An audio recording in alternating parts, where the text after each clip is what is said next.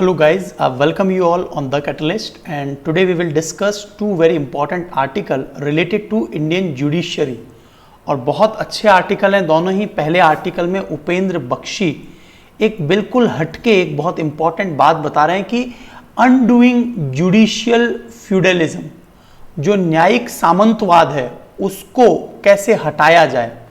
और ये जो है आपके लिए constitution and law, governance and institutions related है, and that is related to your GS paper second. यहां पर उपेंद्र बख्शी मेनली बात करेंगे कि जो उन्होंने अपने पूरे आर्टिकल में बताया है कि किस प्रकार से ये जो सबऑर्डिनेट कोर्ट्स के बारे में बात करते हैं। यदि हम लोग तहसील लेवल पर, राइट, या फिर डिस्ट्रिक्ट लेवल पर हम हाई कोर्ट का सबऑर्डिनेट केस कोर्ट कहते हैं डिस्ट्रिक्ट कोर्ट को, डिस्ट्रिक्ट कोर्ट के जो सबऑर्डिनेट कोर्ट्स होते हैं वो तहसील के कोर्ट्स कहते हैं। तो इस परिपाटी, इस प्रकार के जो कन्वेंशन है उसको बंद करना चाहिए, क्योंकि इसमें एक ऐसी हायरार्की क्रिएट हो जाती है कि ऐसा लगता है कि कहीं ना कहीं there is a pressure of above, और जो खुल के जो एक ओपन वर्डिक्ट, एक फैसला आता है वो कहीं ना कहीं पीपल डू नॉट एक्सेप्ट। और वो क्या करता है अल्टीमेटली कि हम तो किसी छोटे कोर्ट में गए हैं, अब हमें यदि कोर्ट केस जीत गए, हार गए, तो अब ऊपर वाले केस कोर्ट में जाएंगे। तो यहां पर ये जो सबऑर्डिनेट है उसको एक यूनिफिकेशन हो कि सबऑर्डिनेट नाम की कोई चीज नहीं है, there should be equal justice, और इक्वली वहां पर जो है उनकी वैल्यू आए। तो इस पर बहुत अच्छी बात बताएंगे उपेंद्र बख्शी। तो क्या क्या बातें देखिए। कई बार बोला जाता है what is in a name, नाम में क्या रखा है ना। किसने बोला था? जो शेक्सपियर है उन्होंने बोला था पावर इन नेम, नाम में बहुत कुछ रखा है। कई बार क्या होता है as rose by any other name would smell as sweet indeed, वास्तव में ऐसा होता है। बट हमेशा ऐसा ही रोज का चाहे कुछ भी नाम हो लेकिन रोज तो वैसे ही खुशबू देगा। But what is not so in case of legal and judicial term. और जब हम लोग सबऑर्डिनेट कोर्ट्स उन्हें कह देते हैं, देखिए कहीं पर भी सबऑर्डिनेट आ गया इसका मतलब क्या है, वो उसके अंडर में काम कर रहा है ऐसा दिखाई देता है। लेकिन क्या 100% उसके अंडर में काम कर रहा होता है हाई कोर्ट के जो डिस्ट्रिक्ट कोर्ट है? तो ऐसा नहीं है। तो सबऑर्डिनेट कोर्ट्स जो ये टर्म है ये पार्ट 6 चैप्टर 6 में सबऑर्डिनेट कोर्ट्स को यूज किया गया है। और it does not mean, part 6 का मतलब जो चैप्टर 6 है कॉन्स्टिट्यूशन का, यहां पर सबऑर्डिनेट केस कोर्टेज की बात की गई है। तो जो शुरुआत हुई है वहीं से एक बहुत बड़ी गलती चली आ रही है कि सबऑर्डिनेट के कोर्ट्स जो है ये टर्म देना गलत है। हम आगे देखेंगे कि हिमाचल प्रदेश में अभी जो एक नया वर्डिक्ट आया उसमें क्या कहा गया। तो but it does not mean that जजेस आर सबऑर्डिनेट, ऐसा कभी भी नहीं होता कि जजेस किसी के सबऑर्डिनेट होते हैं, क्योंकि यदि वो सबऑर्डिनेट हो गए तो उन्होंने तहसील स्तर पर, डिस्ट्रिक्ट स्तर पर जो वर्डिक्ट फैसला दिया है वो अपने आप में सबऑर्डिनेटेड और उतना खुले तौर पे नहीं होगा, ओपनली नहीं होगा। सबऑर्डिनेशन का मतलब ये हो जाएगा कि कहीं ना कहीं वो सप्रेस्ड है। सो जुडिशरी इंडीड इज इंडिपेंडेंट। तो जुडिशरी तो इंडिपेंडेंट है, that is the part of basic structure of the constitution. अब जुडिशरी चाहे तहसील की हो, डिस्ट्रिक्ट की हो, हाई कोर्ट्स हो, ऐसा नहीं होना चाहिए कि वो डिपेंडेंट हो ऊपर वाले कोर्ट पर। तो ये तो केशवानंद भारती बनाम केरला केस में भी 1973 में जो है बेसिक स्ट्रक्चर के तौर पे बोला गया। तो फिर ये न्यायिक सामंतवाद, जुडिशियल फ्यूडलिज्म क्या है? फ्यूडलिज्म आपको याद आ रहा होगा, हिस्ट्री पढ़ते हैं आप तो फिर ब्रिटिशर्स ने छोटे छोटे जो हैं सामंत बना दिए थे, फ्यूडल टेरिटरीज बना दी थी, राइट। आप वहां से कनेक्ट कर लीजिए। It is a time for court to establish the symbol of judicial feudalism, which is something not totally moral। और ये पूरी तरह से जो है ना नैतिक नहीं माना जा सकता, जो ये जो टर्म पार्ट 6 में यूज हुई है, इन्हें जुडिशियल हायरार्की। और इसीलिए कोई भी जज सबऑर्डिनेट नहीं हो सकता किसी और का, वरना वो ओपन वर्डिक्ट कैसे देगा, खुले जो बिल्कुल ओपन थॉट के साथ में। With in their own limited jurisdiction जजेस आर सुप्रीम बींग्स। अब अपने जुरिस्डिक्शन में, अपने दायरे में जो उनका लिमिटेड अपना दायरा है उसमें तो वो सुप्रीम होना चाहिए, यस और नो। सबऑर्डिनेट क्यों कह रहे हैं आप लोग? Is it clear? तो एक बहुत ही अलग हटके आर्टिकल है ये। आर्टिकल 235 ये कहता है कि control over subordinate court, subordinate court पर कंट्रोल हो और वहां पर हम लोग जो कॉन्स्टिट्यूशनल रेमेडी पढ़ते हैं, राइट, संवैधानिक जो उपचार हैं, वहां पर भी ऊपर वाले कोर्ट के पास फाइलें मंगवाई जा सकती है ना। हमने बहुत सारी चीजें पढ़ी हैं, मैंडेमस और सर्टियोरी एटसेट्रा। तो person holding a post inferior to the post of district जज, तो इस प्रकार के वर्ड कैसे यूज हो जाते हैं कि जो डिस्ट्रिक्ट जज है वो इंफीरियर है कंपैरेटिव टू हाई कोर्ट जज। This is a hierarchy but no superior और सबॉर्डिनेट। ये एक हायरार्की मान सकते हैं, लेकिन सुपीरियर और सबॉर्डिनेट नाम की टर्म जो है ना, इसको अवॉइड किया जाना चाहिए, ये सजेशन दिया जा रहा है। What when decision are overturn, कब ये डिसीजन परिवर्तित हो जाते हैं, देखिए, व्हेन केसेस आर अपील्ड और reviewed, court with bigger jurisdiction में overturn the verdict but the concern court do not become lower और इंफीरियर बाय।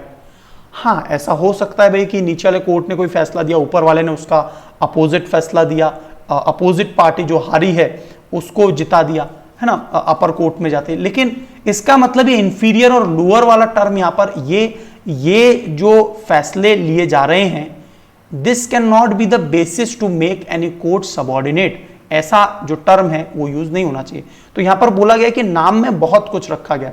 यहां पर देखिए बहुत अच्छी अच्छी बातें आगे बताई जाएंगी। Supervisory power, high courts have administrative and supervisory power. Supervisory किस पे? डिस्ट्रिक्ट कोर्ट पे, सेशन कोर्ट पे। Recognized by supreme court as the constitutional power, ये उनका कॉन्स्टिट्यूशनल पावर है according to article 235। Right to appeal, और लोग अपील भी कर सकते हैं। They are not absolute power, ठीक है। तो यहां पर देखिए 2006 में JS कपाड़िया, यहां पर इन्होंने क्या बताया, standard of promotion and posting have to be uniform otherwise arbitrariness come in. तो जो स्टैंडर्ड ऑफ प्रमोशन और पोस्टिंग है किनकी, जजेस की, वो यूनिफॉर्म होनी चाहिए सभी जजेस के लिए। उसमें जो है नेपोटिज्म या इस तरह की चीज नहीं होनी चाहिए। और यहां पर वेरिंग स्टैंडर्ड, लेकिन होता क्या है, आप देखते होंगे जजेस की जो सुपीरियरिटी है इत्यादि, वो सभी हम क्या देखते हैं, वहां पर कहीं ना कहीं जो वायलेशन ऑफ आर्टिकल 14 है, राइट टू इक्वलिटी, कहीं ना कहीं वायलेट होती है। Arbitrary practices have continued in writing ACR, और ये जो आर्बिट्रेरी प्रैक्टिसेस हैं, आप देखते होंगे जो ACR होता है, ACR अपने आप में जो है एक प्रकार की कॉन्फिडेंशियल रिपोर्ट होती है ना, किसी भी जज की कॉन्फिडेंशियल रिपोर्ट। और ये क्या बताती है कि जज का परफॉर्मेंस कैसा रहा है अलग अलग जज वर्डिक्ट को लेकर। और ACR कौन बनाएगा, उसका जो ऊपर जो बॉस है, बॉस जज है ना, सीनियरिटी हायरार्की वाइज। तो यहां पर क्या होता है, वो फेवर्ड जजेस देते हैं तो उनको क्या जजमेंट देते हैं, तो उनको ACR रिपोर्ट वेरी गुड मिलता है, अदरवाइज गुड मिल गया तो हमेशा अच्छा मिल रहा है, एक बार खराब मिल जाता है यदि किसी भी कारण से वो अच्छा फेवर्ड जजमेंट नहीं देते हैं। तो ACR जो है वो खराब होने के बाद में वो हायरार्की में उनके दिक्कत आती है ना। ACR आपको पता होगा, हर डिपार्टमेंट में अपनी ACR होती है, आप सुनते होंगे उसने मेरी ACR खराब कर दी। कोई भी अधिकारी है वो लोअर जो सबॉर्डिनेट है उनकी ACR खराब कर देते हैं, ऐसा आप सुनते होंगे नॉर्मली। और उसी से सबसे ज्यादा है ना सीनियरिटी का एक दिक्कत आ जाता है, एक ब्रेक लग जाता है, और इसीलिए कोई भी अपनी ACR नहीं करवाना चाहता। ऑफन अ सीनियर डिस्ट्रिक्ट जज always commend very good may become good, और कई बार इसीलिए जो सीनियर डिस्ट्रिक्ट जजेस जो है ना, हमेशा जो कमेंट करवाए जाते हैं वेरी गुड, कभी कभी उन्हें गुड मिल जाता है, तो उनकी वेरी गुड से गुड पे आना मतलब क्या है, उनकी एक ऑर्डर। तो इससे क्या होता है, प्रायोरिटी जो होती है कि जब वो डिस्ट्रिक्ट कोर्ट से हाई कोर्ट में प्रमोट किए जाते हैं तो वहां पर एक ब्रेक का काम करता है इस प्रकार की ACR। Is it clear? एक बहुत अच्छा फैसला 2021 में आया, हिमाचल प्रदेश हाई कोर्ट ने अगस्त में क्या बोला कि जो लेटेस्ट ऑर्डर था, इसी पर इन्होंने बात की है, राइट, कि जो लेटेस्ट ऑर्डर है हाई कोर्ट का हिमाचल प्रदेश का, here in after all the court in state, जो स्टेट के जो कोर्ट हैं कहां के, हिमाचल प्रदेश के, उन सभी को डिस्ट्रिक्ट जुडिशियरी कहा जाएगा। फिर चाहे वो तहसील स्तर पर भी, उन्हें क्या बोला जा रहा है, डिस्ट्रिक्ट जुडिशियरी। मतलब क्या हुआ, सभी को एक पैमाने पर, इक्वालिटी पर लाकर खड़ा कर दिया। ये बहुत अच्छी बात है। यहां पर ये डिस्टिंक्शन जो है ना, वो बहुत ज्यादा कंट्रोवर्सी क्रिएट करता है। और इस परिपाटी को कुछ किया जा सकता है तो हमारे जो पॉलिटिशियंस हैं, हमारे जो पार्लियामेंटेरियंस हैं, उन्हें इसमें संशोधन करके इस प्रकार का एक संशोधन ला देना चाहिए कि सभी को डिस्ट्रिक्ट जुडिशरी कह दिया जाए, बी कॉल्ड सबऑर्डिनेट कोर्ट। और कोई भी कोर्ट को सबऑर्डिनेट कोर्ट नहीं कहा जाएगा, बट केवल यह कहा जाएगा कि ये सभी ट्रायल कोर्ट्स हैं, ठीक है, बट ओनली ट्रायल कोर्ट्स इन्हें कहा जाए। नाउ लेट होप, ऐसा उम्मीद है, और स्टेट डजंट इंटरफेयर, ऐसी उम्मीद है कि सुप्रीम कोर्ट या स्टेट इंटरफेयर ना करें, नहीं करते हैं तो ये चलता रहेगा, लेकिन उम्मीद है कि शायद सुप्रीम कोर्ट या स्टेट इसमें इंटरफेयर करेगा। तो ये सारे कारण से यहां पर ये सब चर्चा में आया, ठीक है, that is why it was in news कि भाई सबऑर्डिनेट जुडिशरी टर्म जो है वो हटाई जाए। This new designation is necessary, और ये जो नई डेजिग्नेशन दी है वो बहुत नेसेसरी है, बट नॉट सफिशिएंट।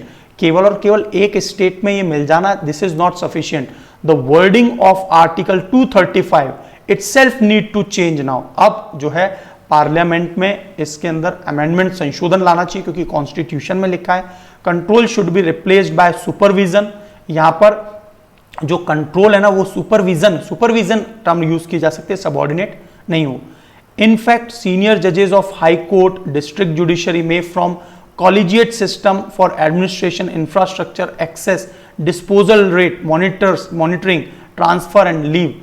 तो यहां पर सीनियर जो जजेस हैं वही हाई कोर्ट्स और डिस्ट्रिक्ट जुडिशरी में कॉलेजिएट करते हैं, मतलब कॉलेजियम जो होता है, और वही देखते हैं सारा एडमिनिस्ट्रेशन। आपको पता है कि एडमिनिस्ट्रेशन वाला part, infrastructure, disposal rate, monitoring और मास्टर ऑफ द रूस्टर, ये सभी किसके पास होता है? Chief justice of high court, that concern high court, और उसमें 2 जजेस हाई कोर्ट में कॉलेजियम होता है उनका, सुप्रीम कोर्ट में 1 चीफ जस्टिस ऑफ इंडिया और 4 सीनियर मोस्ट जजेस होते हैं। तो यहां पर यह सब परिवर्तन किया जाना चाहिए। The amended article should clearly specify criteria based on principle of natural and constitutional justice, और तभी जो हमारा जो कॉन्स्टिट्यूशनल जस्टिस का जो आइडिया है, नेचुरल, प्राकृतिक रूप से होना चाहिए, वो फलित होगा। और किसी भी प्रकार का एकदम से, पहले तो आप very good very good very good they रहे हैं, जब उस जज को हाई कोर्ट में नहीं लाना होता है, नेपोटिज्म, भाई भतीजावा दो, उसको ब्रेक लगाना होता है, तो एसीआर में जो ये एब्रप्ट चेंज कर देते, वेरी गुड से गुड कर दिया, तो इसलिए क्या हो जाएगा, उसको एक ब्रेक लग गया, मतलब वो अब हाई कोर्ट में एज ए जज नहीं बन पाएगा। तो ये इसके लिए एक कंसेंट रिक्वायर्ड हो, जिसमें 5 सीनियर मोस्ट जो जजेस हैं, चीफ जस्टिस ऑफ इंडिया या चीफ जस्टिस हो, उनको इंक्लूड करके उसकी एक कंसेंट, पहले तो very good very good very good very good very good मिल रहा है, और जब उसका नंबर आता है तो गुड दे दिया, तो वो हायरार्की में नीचे हो गए। तो ये सारी जो एसीआर प्रॉब्लम है, इसको दूर किया जाना चाहिए।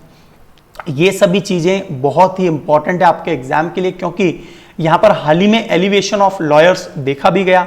9 जजेस, याद है आपको, एन.वी. रमणा ने रिकमेंड किया था, 9 के 9 जजेस को शपथ भी दिलवा दी गई आज वर्तमान में। So Supreme Court for elevation of high court जजेस, that process need to be structurally codified. तो यहां पर जो हाई कोर्ट के जजेस हैं, उनका जो एलिवेशन सुप्रीम कोर्ट के लॉयर्स से, हाई कोर्ट से होता है, वो स्ट्रक्चरली कोडिफाइड होना चाहिए। मैंने आपको एक बार बताया था कि वैसे तो जब से ये 3rd जजेस केसेस के में 1+4 सीनियर मोस्ट जजेस, ये कॉलेजियम के मदद से जो अपॉइंटमेंट करते हैं, जुडिशियल अपॉइंटमेंट, उसमें कुछ हद तक नेपोटिज्म देखा जाता है, लेकिन कोशिश की जाती है कि ये कम से कम हो। लेकिन ऐसा देखा तो गया है कि अब तक जो सुप्रीम कोर्ट के जो जजेस हैं, वो केवल उन 250 फैमिलीज से आए हैं जो आपस में काफी हद तक कनेक्टेड हैं। तो कहीं ना कहीं नेपोटिज्म है, लेकिन उसके लिए भी इन्होंने कुछ प्रोविजंस, लगातार बदलाव देखने को मिल रहे हैं हमें, है ना, क्योंकि जब ये जुडिशियल एक्टिविज्म कर रहे हैं तो जुडिशरी में भी तो एक ट्रांसपेरेंसी हो, और उस पर लगातार वर्कआउट हो रहा है। An amendment to be constitution is required, और इसके लिए सबऑर्डिनेट वाले केस के लिए एक संशोधन की आवश्यकता है। The government must ensure smooth passage through the parliament, और गवर्नमेंट को जो है ना, इसके लिए स्मूथ बिल को पास करवाकर पार्लियामेंट के थ्रू कवर करना चाहिए। Is it clear? तो एक बिल्कुल ही हटके आर्टिकल था कि what are the ways to maintain confidence of जजेस, किस प्रकार से जो है तरीके हों कि जजेस का कॉन्फिडेंस बना रहे throughout the judicial hierarchy to deliver justice properly and fully. तो आप एसीआर से संबंधित पूरी बात बता सकते हैं, और सबऑर्डिनेट कोर्ट्स जो हैं वो टर्म को कैसे हटाया जाए उस पर बता सकते हैं, right. Indian judiciary follow A unitary structure explain the process by the elevation and appointment happen. तो आप ये बताइए कि जो एकल structure, unitary structure judiciary follow करती है, इंडियन जुडिशरी, ये प्रोसेस बताइए कैसे एलिवेशन होता है, अपॉइंटमेंट कैसे होता है, हाउ। ठीक है। थर्ड है the concept of subordinate judiciary में कॉम्प्राइज द इंडिपेंडेंस ऑफ जजेस। बहुत अच्छा क्वेश्चन है कि जो जजेस हैं उनकी स्वतंत्रता को कॉम्प्रोमाइज, मतलब कुछ रुकावटें आ रही हैं, है ना, जब सबऑर्डिनेट टर्म यूज किया जाता है। क्या आप एग्री हैं? तो आप बैलेंस आंसर बता सकते हैं, एग्री हैं तो क्यों है, and what are the remedies, तो इसके फिर सॉल्यूशन क्या होंगे, एक्सप्लेन कीजिए। ठीक है। आप ये तीनों प्रश्न जो है यहां पर इस मेल आईडी पर भेज सकते हैं। राइट। दूसरा टॉपिक भी रिलेटेड है इंडियन जुडिशरी से, जीएस पेपर सेकंड से रिलेटेड है। राइट। और ये शायद गलती से हो गया है, माफी चाहता हूं, ये पॉइंट यहां पर गलत है।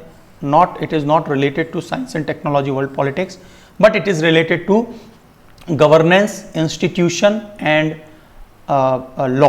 ठीक है। तो यहां पर ये जीएस पेपर सेकंड से रिलेटेड है। और यहां पर जो आचार्य हैं, पीडीटी आचार्य, वो ब्रेकिंग द लोकजाम, लोकजाम का मतलब क्या है, लगभग 3 साल से, बहुत लंबे समय से एक रुकावट थी और फाइनली एक साथ 9 नाम भेजे गए, उनको अनुशंसा मिली, फाइनली प्रेसिडेंट की मोहर लगी और चीफ जस्टिस ऑफ इंडिया ने उन्हें जो है उन्हें शपथ भी दिलवाई, ओथ भी दिलवाई। So breaking the logjam, handing over the baton. तो यहां पर ये टॉपिक बहुत ही इंपॉर्टेंट है। देखिए क्या हुआ, बहुत समय से प्लैग बाय वैकेंसीज बहुत लंबे समय से थी, कॉन्सिक्वेंट डिले हो रहा था डिलीवरिंग जस्टिस में भी। सुप्रीम कोर्ट में बताइए जो 34 टोटल जजेस हैं, राइट, 1 + 33, 9 जजेस जो हैं एक साथ अगस्त 2021 में सुप्रीम कोर्ट के कॉलेजियम ने रिकमेंड किए, 9 नेम और 1 शॉट, एक ही, इतना बड़ा जो है ना रिकमेंडेशन नहीं आया एक साथ। और इन सबको फाइनली मैं बता दूं कि इनको मतलब ऐड भी कर दिया गया है, और इसे विच इफ एक्सेप्टेड नहीं, वो ऑलरेडी एक्सेप्ट कर लिया गया, थोड़ा सा पुराना आर्टिकल है। Will almost fill all the vacancies of supreme court, तो वो सुप्रीम कोर्ट की सभी वैकेंसीज को भर देगा। यहां पर पूरी हायरार्की, इवन बहुत बैलेंस्ड अप्रोच के साथ में ये रिकमेंडेशन हुआ है। आपको इस पूरे आर्टिकल में समझ में आएगा कि किन किन बातों का ध्यान रखा गया है, और यदि सीनियरिटी का ही पूरा ध्यान रखा जाता तो बहुत दिक्कतें आती, लेकिन यहां पर अलग अलग वर्ग, SC, ST और वुमेन, इन सब का ध्यान रखते हुए ये किया गया है ना। तो earlier experience, not all chief justice succeed in getting जजेस अपॉइंटेड टू सुप्रीम कोर्ट। तो सभी चीफ जस्टिस जो है ना इतना सफल नहीं हो पाए सुप्रीम कोर्ट के जजेस को। जैसे TS ठाकुर, तो उनके तो आंसू निकल गए थे कि भाई आप लोग जो है ना PM मोदी के सामने, PM उस समय PM मोदी थे, और एंग्विश, बहुत ही ज्यादा गुस्सा भी हुआ कि भाई ये जो है जुडिशरी इतना डेडलॉक है ना। ऐसा नहीं है भारत के अंदर ये डेडलॉक है, आप देखेंगे ऑस्ट्रेलिया में बहुत ज्यादा डेडलॉक है, वेस्टर्न कंट्रीज में बहुत डेडलॉक है। तो ये ऐसा नहीं है कि भारत में ही ये केसेस पेंडिंग रहते हैं, भारत में ही प्रेजेंट की हालत खराब है, अन्य देशों में भी बहुत बुरी हालत है। तो प्रेजेंट जो चीफ जस्टिस ऑफ इंडिया है NV Ramana, seems to have made a big move in short time span. तो उन्होंने जो है ये कर दिखाया। तो देखिए बजाय क्राइड करने के कर्म पर देखिए, और उन्होंने करके दिखाया। पिछले दिनों में क्या होता था, देखिए कंट्रोवर्सी कहां होती है कि एक चीफ जस्टिस ऑफ इंडिया होते हैं और 4 सीनियर मोस्ट जजेस होते हैं, उनका अपना लंबा चौड़ा एक्सपीरियंस होता है। तो जब वो एक्सपीरियंस होता है तो कहीं ना कहीं उनमें क्या होता है, कॉन्फ्लिक्ट ऑफ इंटरेस्ट, डिस्प्यूट, कि नहीं भाई ये नहीं होना चाहिए, सीनियरिटी वाइज इसको हटाइए। तो सीनियरिटी को देखते तो ये इतना बड़ा नंबर्स आ ही नहीं पाता, लेकिन यहां पर क्या हुआ, बैलेंस्ड अप्रोच के साथ में काम किया गया। नॉट एन ईजी टास्क, ये कोई आसान टास्क नहीं था। सुप्रीम कोर्ट में जज को सिलेक्शन करना बहुत टफ जॉब है। Ever since the collegium was created by supreme Court, और shocking the political shocking the political, तो जब से कॉलेजियम आया है तब से अपने आप में शॉकिंग है। और it has to ensure extra care, not making mistake in selection. तो एक तो क्या आपने देखा कि NJAC ला दिया गया। NJAC कहीं ना कहीं जो ये मतलब ऐसा चर्चा में हमेशा रहता था कि बहुत ज्यादा नेपोटिज्म, भाई भतीजावाद सुप्रीम कोर्ट में चलता है, लेकिन इसी के लिए ट्रांसपेरेंट सिलेक्शन सिस्टम हो, इस पर सुप्रीम कोर्ट और जजेस ने बहुत काम किया है, और किसी प्रकार की मिस्टेक ना हो, और इसीलिए ट्रांसपेरेंट और राइट पीपल को जो है जज बनाया जाए। जब से collegium has all senior most judges and Supreme Court with all decades of sharp experience, जब इनके इतने बड़े एक्सपीरियंस होते हैं तो उन सबके बीच में सहमति होना, अलग अलग व्यक्ति अलग अलग माइंडसेट के होते हैं, तो जजेस में इतनी सहमति होना इतना आसान काम नहीं है। That the chief justice could get consensus 9 name, फिर भी 9 नाम आना सामने फर्स्ट मीटिंग इटसेल्फ, ये अपने आप में रिमार्केबल, ऐसा हिस्ट्री में कभी नहीं देखा गया। और जिसमें 3 तो विमेन हैं, ठीक है, महिलाएं हैं, वो recommended, very positive move and this may not happen any time soon in near future. ऐसा मतलब अब भविष्य में भी शायद ही कभी देखने को मिले। बहुत ही अच्छा जो है इन्होंने काम किया एन वी रमणा ने। आर्टिकल 142(1) क्या कहता है, देखिए कि जुडिशरी का काम है कंप्लीट जस्टिस देना, 100% जस्टिस दिया जाए, संपूर्ण न्याय इन एनी मैटर। अब एनी मैटर का मतलब सिलेक्शन भी हो, चाहे वहां पर भी कंप्लीट न्याय होना चाहिए सभी के साथ। द सिलेक्शन ऑफ जजेस must be keeping with the criterion, और जो क्राइटेरिया है उसके हिसाब से हो। सुप्रीम कोर्ट ने लिस्ट किए हुए हैं कुछ पैरामीटर कैंडिडेट के सिलेक्शन के लिए, और 1993 का वर्डिक्ट था सुप्रीम कोर्ट AOR एसोसिएशन, है ना, and advice another versus union of India, most crucial being merit of the candidate. सबसे ज्यादा सीनियरिटी से भी ज्यादा क्या इंपॉर्टेंट है, मेरिट उसका कैंडिडेट का इंपॉर्टेंट है। So what is merit, the ability of जज टू डिलीवर कंप्लीट जस्टिस। वो सभी जजेस जिन्होंने 100% ना कम ना ज्यादा कंप्लीट न्याय दिया है, उनको मेरिट ऑर्डर में ऊपर लाना। सीनियरिटी से ज्यादा भी इसको फोकस किया जाता है। This is a big issue here for India's diversity. अब भारत में की डाइवर्सिटी को देखते हुए क्या होगा, जो मार्जिनलाइज सेक्शन है उसको भी तो इंक्लूड करना होगा, है ना, ताकि क्या हो, भारत के ओवरऑल जो जुडिशरी सिस्टम है सभी लोगों को न्याय मिले और अलग अलग कम्युनिटीज के लोग अलग अलग कम्युनिटीज के साथ न्याय करें। और इसीलिए जो सेलेक्टिंग पीपल है, supreme court except that it has to ensure representation of all communities, religion, gender, region, caste, तो अलग अलग धर्म से, कास्ट से, जेंडर से, राइट, लोग आने चाहिए।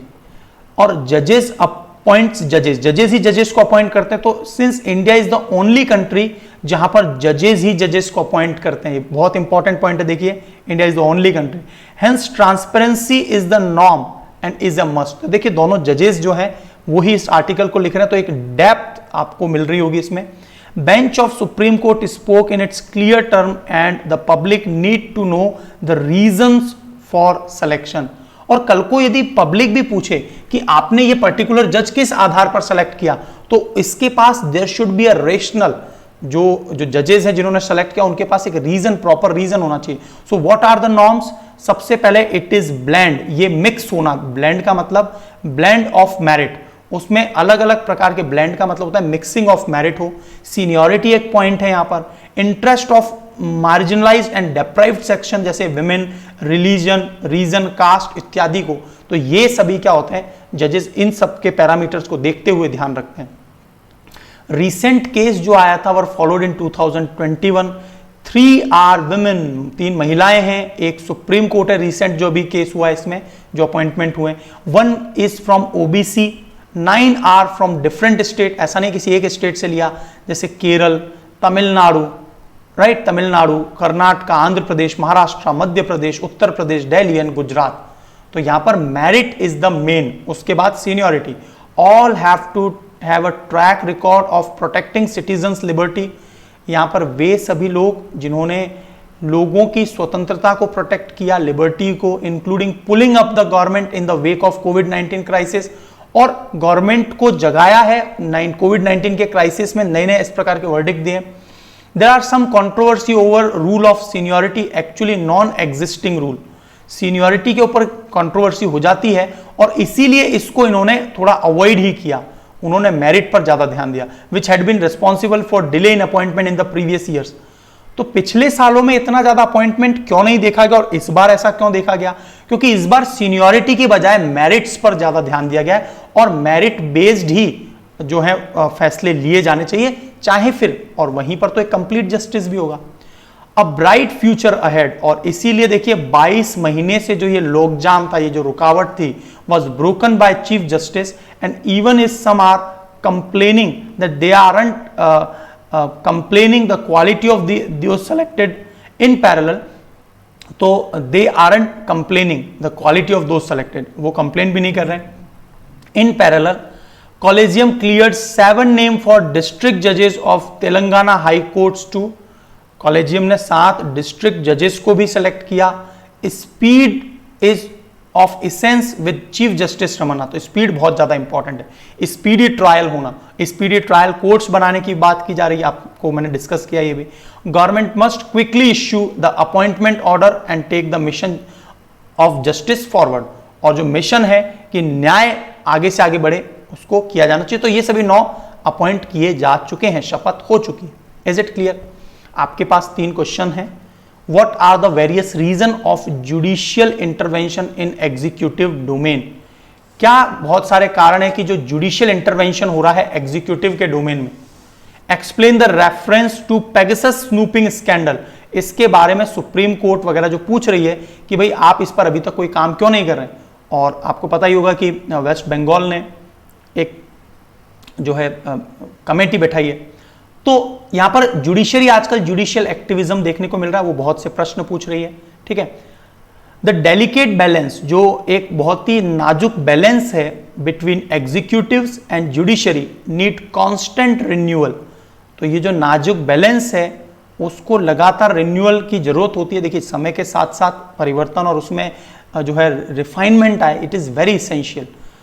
दो म्यूचुअल एक्सचेंज ऑफ व्यूज, और इसके साथ through the mutual exchange of views, मतलब म्यूचुअल एक्सचेंज ऑफ व्यूज के साथ में, what is the present situation in India, where does the scale tilt, कहां पर स्केल टिल्ट होता है, is some correction needed, analyse कीजिए क्या यहां पर कोई करेक्शन की आवश्यकता है. थर्ड क्वेश्चन है आपके लिए, व्हाई डू जजेस अपॉइंट जजेस इन इंडिया, केवल ऐसा भारत में ही होता है, आपको मैंने बताया.